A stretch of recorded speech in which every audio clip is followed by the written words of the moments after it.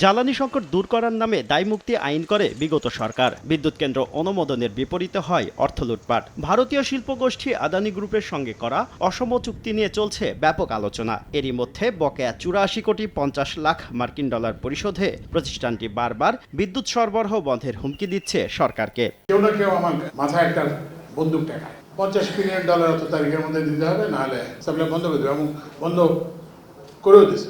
এ অবস্থায় শনিবার মতিঝিলে এফবিসিসিআই আয়োজিত সেমিনারে জ্বালানি খাতের অনিয়মের সঙ্গে জড়িত দাবি করে সাবেক জ্বালানি উপদেষ্টা তৌফিক ইলাহি চৌধুরী, মুখ্য সচিব আবুল কালাম আজাদ ও আহমদ কাইকাউস এবং বিদ্যুৎ বিভাগের সাবেক সচিব মনোয়ারুল ইসলামের বিচার দাবি করেছে ভোক্তা অধিকার নিয়ে কাজ করা সংগঠন ক্যাব। স্মারকলিপি যেটা দেওয়া হবে সেখানেও 4 জনের নাম ক্যাব থেকে আনা হয়েছে। বিআরসি চেয়ারম্যান সাহেব শুনে যাচ্ছেন এবং ট্রাইব্যুনাল গঠনের প্রস্তাব গেছে, আবার যাবে। সংগঠনটির দাবির সঙ্গে একাত্মতা প্রকাশ করে জ্বালানি উপদেষ্টা জানান, অনিয়ম রোধ এবং রাষ্ট্রীয় অর্থ সাশ্রয়ে জ্বালানি খাতের সব চুক্তি পুনর্মূল্যায়ন করা হচ্ছে। এখন থেকে জ্বালানি প্রকল্পে সবকিছু উন্মুক্ত প্রতিযোগিতার মাধ্যমে করা হবে বলেও জানান তিনি।